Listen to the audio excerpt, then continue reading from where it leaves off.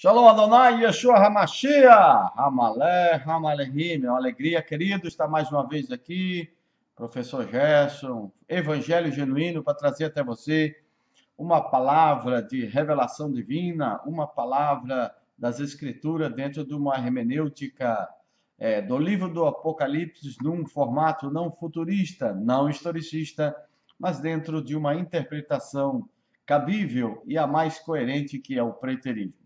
Vamos falar hoje sobre o livro selado, que João vê também, querido, no livro do Apocalipse em sua visão, a qual o escritor ele é inspirado e tomado do livro de Daniel.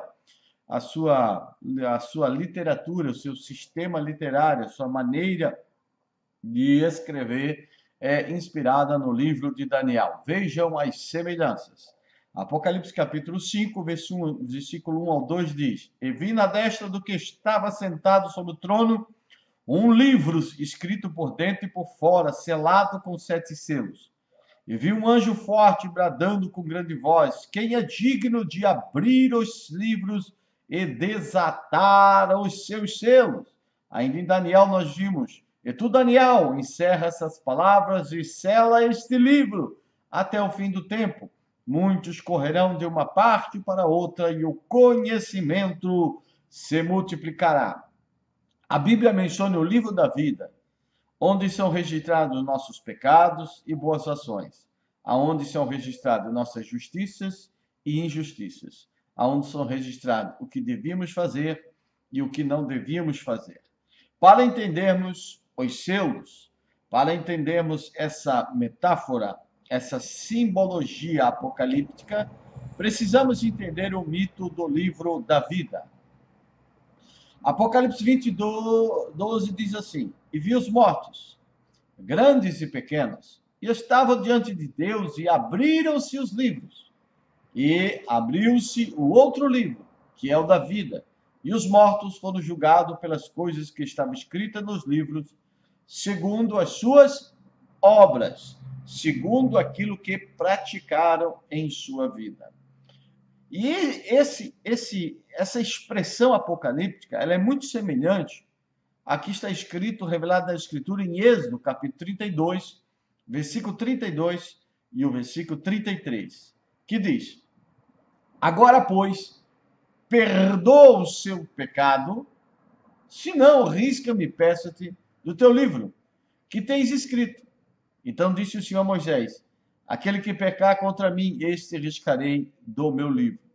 Quando nós estamos falando do livro e das coisas que estão escritas neles, isso está, querido, preso a um contexto de um povo, de uma nação, que é a nação de Israel. E ainda nós temos no Salmo 69, 27 e 28, que diz: Acrescenta a iniquidade deles, e não entre na tua justiça, sejam riscados do livro dos vivos, e não seja escrito com os justos. Estamos falando de justos e injustos, pecadores e santos, de um povo, a qual Deus tem um livro e registra todos os pecados de seu povo, o povo de Israel. Vamos lá. Então, quando a pessoa morre, segundo a ótica do que nós estamos lendo aqui no livro do Apocalipse, Deus abre o livro e julga de acordo com as obras das pessoas que fazem parte do seu povo. Aquele que não foi achado no escrito do livro da vida foi lançado no lago de fogo, afirma o escritor do Apocalipse, capítulo 20, versículo 15. Ainda ele afirma no capítulo 13, verso 8 de Apocalipse, que diz assim: E adoraram-no todos os que habitam sobre a terra, esses cujo nome não estão escrito no livro da vida, do Cordeiro que foi morto desde a fundação do mundo. Aqui trazendo, querido, a revelação da pré-existência, tá? Num projeto ideológico, de uma ideia, de um logos, de um verbo, de uma ideia original para a salvação de todo aquele que crê em Cristo Jesus. E ainda Apocalipse 3,5 diz: O que vencer será vestido de vestes brancas, e de maneira nenhuma arriscarei o seu nome no livro da vida. Mas o que eu vou fazer? eu confessarei o seu nome diante do meu Pai e diante dos seus anjos, afirma Yeshua HaMashiach. E ainda em Filipenses 4,3 diz: peço-te também a ti, meu verdadeiro companheiro, que ajudes essas mulheres que trabalharam comigo no Evangelho, e com Clemente, e com os meus outros cooperadores, cujos nomes estão no livro da vida. Este livro, querido, na literatura apocalíptica, representa as obras de alguém, nesse caso, de um povo. O profeta tinha que engolir um livrinho para verem como eram os pecados do povo. Então veja, a revelação é assim: Deus mandava o profeta simbolicamente comer um livrinho. Nesse livrinho estavam os pecados e as justiças do povo, e Deus então revelava os pecados do povo àquele profeta. Isaías 9:11 diz assim: por isso toda visão vos é como as palavras de um livro selado, que se dá ao que sabe ler, dizendo: lê isto, peço-te, e ele dirá: não posso, porque está selado. Então o livro era selado com os pecados das pessoas, e só aberto no dia do julgamento. Da mesma forma, esses livros eram selados com os pecados do povo, e só abertos nos dias do julgamento. Alguns profetas, como nós vemos, engoliam simbolicamente o livro para ver os pecados. Então, o que o Apocalipse está trazendo? O que o escritor está querendo trazer e despertar na mente do seu público leitor? Que o juízo estava perto, porque os livros seriam abertos, os pecados do povo seriam julgados, e isso de forma eminente, brevemente, rapidamente, e não para 2.000 anos, 3.000 anos, ou para os nossos dias. Como os profetas engoliam, veja o que nós encontramos em Ezequiel capítulo 3:1, porque os profetas engoliam simbolicamente o livro para ver os pecados do povo. Aí você vai entender o que o livro do Apocalipse quer trazer e despertar na mente do público leitor da sua época.